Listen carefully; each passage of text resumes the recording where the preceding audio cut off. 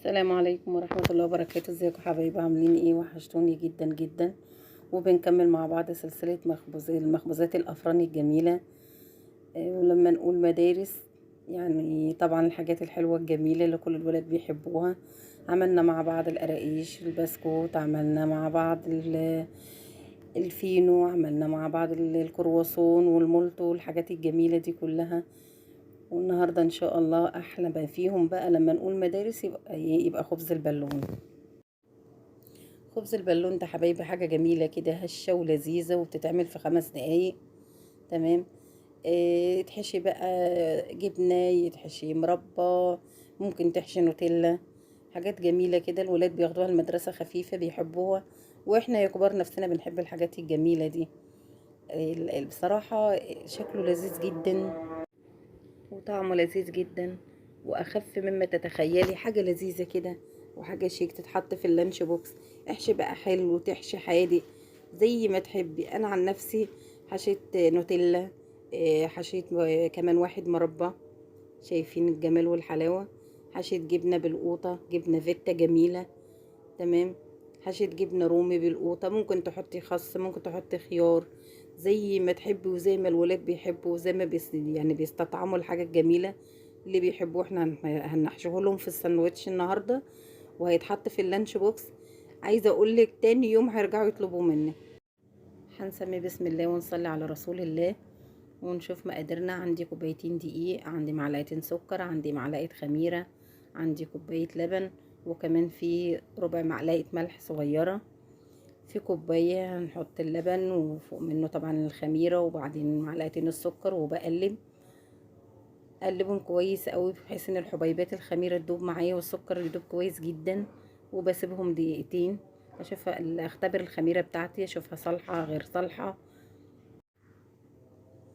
وفي بوله انا بنزل بالدقيق والملح طبعا، مواد الجافه، وبقلبهم كويس.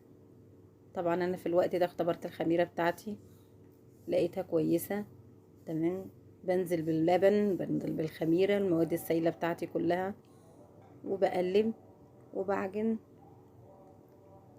مدة العجن قد ايه؟ مش أقل، يعني مش اكتر من 5 دقايق، ما بياخدش عجن كتير، مش متعب. بيخلص كل الوصفة على بعضها من اولها لاخرها، ما بتاخدش اكتر من 5 دقايق. مش 5 دقايق بالظبط يعني، بس اقصد اقولك قد ايه هي خفيفة وبتخلص بسرعة. شايفين حبايبي؟ عجننا خلاص، لمت العجينة في ايدينا، بسم الله ما شاء الله، حاجة ناعمة كده وجميلة، ما بتفتحش في ايدينا. يعني ايه عجينة مش مفتوحة؟ يعني العجينة ناعمة كده في ايدك، وملمسها ناعم طرية ومش بتلزق، زي ما انت شايفة قدامك كده. وفي بولة صغيرة انا بخليها بحطها في البولة واشد عليها ستريتش. طيب بتاخد وقت قد ايه حبايبي؟ بتاخد من تلت ساعة لنص ساعة، مش اكتر. في مكان دافي، بنركنها على جنب في مكان دافي، وخلاص هي دلوقتي اهي اختمرت معايا حبايبي. شايفين شكلها عامل ازاي؟ جميل ولذيذ، بسم الله ما شاء الله.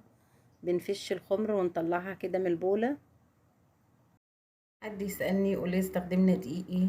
بنستخدم دقيق متعدد الأغراض. عندك أي دقيق في المكان اللي انت فيه، دقيق اللي هو بالكيلو العادي، الدقيق السايب، الدقيق اللي هو بالكيس. طبعا عندك حبوبة، عندك علاء الدين، عندك الضحى، عندك الكوثر، كل ده دقيق حبيبتي. كل الأنواع دي جميلة، وبسم الله ما شاء الله بتخلي تطلع الحاجة في ايدك ممتازة فوق ما تتخيل. وبنقسم العجينة ل4 قطع، نرش حبة دقيق كده عشان ما تلزقش على الرخامة، ونقطعهم ونغطي بستريتش راب، بكيس، اي حاجة عندك. لو ما فيش بنغطي بفوطة، انا عن نفسي غطيت بفوطة عشان بس ما يعملش معايا طبقة. تمام. وعندي بولتين، بولة فيها كوباية سمسم، وبولة فيها كوباية لبن. طبعا باخد العجينة بتاعتي اول قطعة قطعتها في ال4، وبسقطها في اللبن، وبطلع بيها من اللبن على السمسم زي ما انتم شايفين معايا. تمام. نسقطها كده وننزلها، نغطسها على الوشين عشان تبقى كلها تشرب من الايه، من اللبن، وتطلع بقى ايه، تاخد سمسم كلها. لان انا عايزه كل السمسم، عايزه السمسم يغطي العجينه كلها، ما يبقاش فيها حته ما فيهاش سمسم. طبعا على الوشين كده، وبنقلبها ونرش حبة دقيق من تحت وحبة دقيق من فوق، بسيط، دقيق بسيط خالص. وبالنشابة عندي بفردها بشكل مدور، بشكل مستطيل، زي ما تحبي.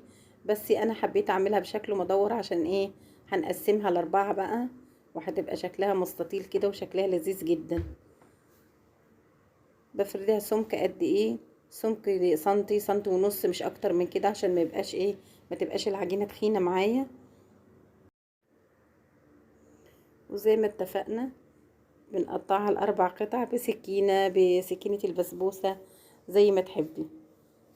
شايفين حبايبي السمك قد ايه؟ وبنعمل واحدة كمان نفس السمك ونفس المستوى، سنتي ونص. بنقطع ال4 قطع بنفس المستوى كده. تقطعوا معايا حبيبتي. بقت معايا كام واحدة؟ بقى عندي 16 واحدة، كل واحدة من دول رغيف. تمام. هنسيبهم بقى لمدة تلت ساعة يختمروا، وبعد تلت ساعة هنقولك هنعمل فيهم ايه بالظبط. طبعا بنغطي بفوطة او كيس، اي حاجة عندك بتغطي بيها عشان برضو ما يعملش طبقة. شايفين حبايبي بعد تلت ساعة اختمر وبقى جميل ازاي؟ لو هو ما اختمرش بنسيبه كمان 5 دقايق، 10 دقايق كمان. طبعا ده على حسب درجة الحرارة، سواء في الشتاء او في الصيف. في الشتاء بكتير او بياخد تلت ساعة، قصدي في الصيف بياخد تلت ساعة، لو في الشتاء بياخد ممكن نص ساعة، مش اكتر من كده. وفي زيت عميق بنزل حبايبي كده بخبز البالون بتاعنا الجميل ده. شايفين؟ ما بياخدش طبعا، مدة السوا متاخدش معايا وقت، وعشان يديني شكل البالون بقى وينتفخ معايا كده ويبقى جميل، انا باخد من الزيت واحط على الطبق اللي فوق كده. شايفين حبايبي؟ بالمعلقة كده ناخد الزيت وننزل على الطبق اللي فوق، عشان ما يبقاش عندي يعني جنب مستوي وجنب ني. مدة السوا قد ايه؟ كلها على بعضها على الوشين بتاخد دقيقتين مش اكتر. طبعا بفضل ايه بالزيت كده زي ما انتم شايفين معايا. اول ما بيديني اللون الذهبي الجميل ده بنقلب على الوش التاني.